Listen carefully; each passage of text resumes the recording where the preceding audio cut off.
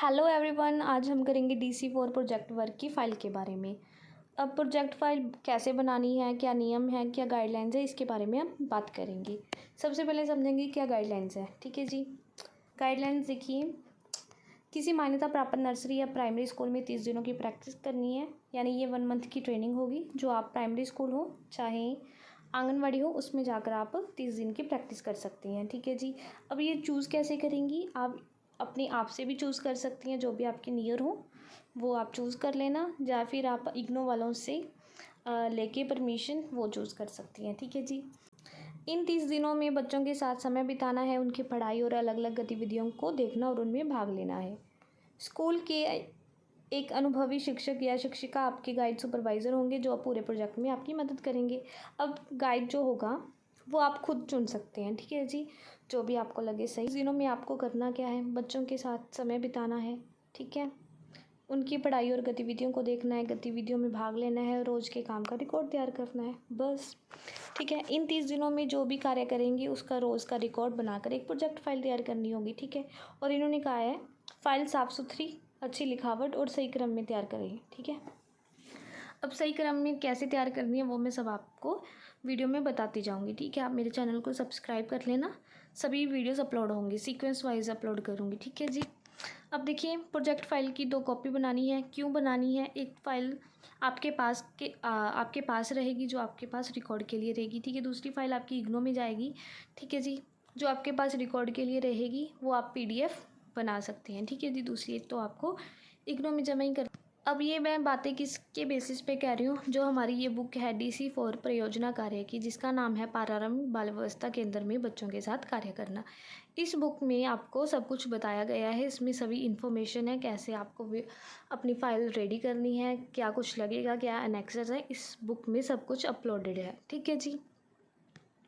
अब देखिए, इन्होंने कहा है सबसे पहले तो आपका एक इंफॉर्मेशन डिटेल्स आएंगी, जिसमें आपकी पर्सनल डिटेल्स वगैरह फिल करी होंगी।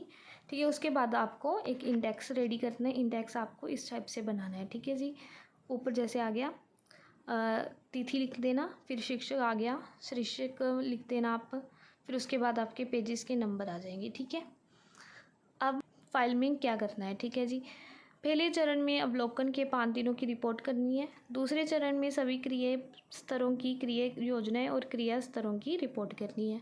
ठीक है, तीसरे चरण के लिए 5 दिनों की पाठ्यचर्या बनानी है, जिसमें आप अपनी जो योजनाएं बनाओगे स्तर, उसकी सभी स्तरों की रिपोर्ट भी रेडी करनी है। उसके बाद आपके संलग्नक लगेंगे, संलग्नक 1 से लेकर 7 तक लगेंगे। ठीक है जी।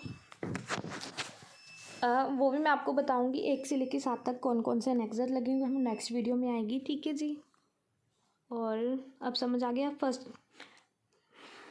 पहले चरण में तो आपको अवलोकन अवधि करनी है, उसकी रिपोर्टिंग तैयार करनी है। ठीक है जी। दूसरे चरण में आपकी जो एक्टिविटीज़ होंगी 30 एक्टिविटीज़, उसकी रिपोर्टिंग लिखनी है। उसके बाद तीसरे चरण में जो आपकी पाठ्यचर्या बनेगी और जो आप योजनाएं स्तर मतलब बनाएंगे। ठीक, अब देखिए चरण 3 में एक ज़रूरी बात की गई है ना, कि क्या दी गई है वो मैं आपको बताती हूँ। सबसे पहले आपको समझना होगा जो चरण 3 है उसमें करना क्या है। ठीक है जी। योजनाबद्ध पाठ्यचर्या के आधार पर 5 दिनों के लिए बच्चों के साथ क्रिया आयोजित करें, यानी आपको पाठ्यचर्या करनी है, यानी आपको फुल टाइम है ना वहाँ पे ड्यूटी देनी है और बच्चों के साथ एक्टिविटीज़ को ऑर्गेनाइज करना है। सिंपल। ठीक है, वही आपको फाइल में रिपोर्ट करनी है। ठीक है जी, हमने ये किया, ये इतने बजे ये किया, ये सब कुछ आप अपनी फाइल में लिखोगे। ठीक है, उसके बाद इन्होंने कहा है जो आप सप्ताह के लिए परियोजना के रूप में एक जानवर, मेरा शरीर, रंग जैसे थीम को चुन सकते हैं और उसी के बेसिस पे 5 दिनों के लिए प्रत्येक दिन इस परियोजना विषय से संबंधित आपको कोई ना कोई क्रिया आयोजित करनी है। आपको वो भी मिल गया ना, एक टॉपिक भी मिल गया है ना। 5 दिनों के लिए कोई भी आप थीम चूज़ करके उस टाइप से आप अपनी एक्टिविटी आयोजित कर सकती हैं। ठीक है जी। उसके बाद इन्होंने कहा है सामान्य, ये पढ़ेंगे हम, ये इम्पोर्टेंट है। सामान्यतः बच्चे शाला पूर्व केंद्र में 3 या 4 घंटे के लिए आते हैं। उनके बस खाने पीने, हाथ मुंह धोने, केंद्र पहुंचने और प्रस्थापन जैसी दैनिक कार्यों के अतिरिक्त आपको प्रत्येक दिन के लिए 3 या 4 क्रिया स्तरों की योजना बनानी है।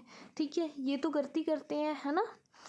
उसके अलावा आपने क्या करना है, 3 या 4 इन्होंने दे दिया ना आपको, 3 या 4, और बच्चे पूछते हैं हाँ हाँ इसमें तो टोटल 20 ही वीडियोस बनानी है। ठीक है, नहीं ज़रूरी नहीं है, आप 15 या 20 वीडियोस बना सकते हैं। 15 यानी पूरे 5 दिन में आपकी 15 या 20 एक्टिविटीज़ बनेंगी। ठीक है, यदि आप एक दिन में 3 या 4 एक्टिविटीज़ करवा रहे हो। ठीक है जी, बस ये इम्पोर्टेंट है कि आपको एक दिन में 3 या 4 एक्टिविटीज़ करवानी ही है, ऐसे ना हो कि आप 2 ही करवा दो। ठीक है जी, उसके बाद अब देखिए इन्होंने बता ही दिया 15 या 20 एक्टिविटीज़ तैयार करनी है। ठीक है, इस सूची में, और उसके ठीक है जी, मैं नेक्स्ट वीडियो में चरण सेकंड की मैं टॉपिक्स की वीडियो बता दूंगी भी, कौन कौन से टॉपिक्स लगेंगे और आप कौन कौन सी एक्टिविटीज़ करवा सकती हैं। ठीक है जी, इस बुक में बता दिया गया है, इन्होंने टॉपिक्स दी हुई हैं, जैसे कि आपको शारीरिक या स्थूल क्रियात्मक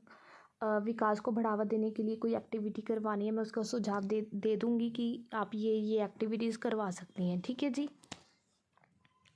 ओके, मिलते हैं हम नेक्स्ट वीडियो में। मेरे चैनल को सब्सक्राइब कर लेना, सीक्वेंस वाइज मेरी वीडियोस आती रहेंगी। Thank you.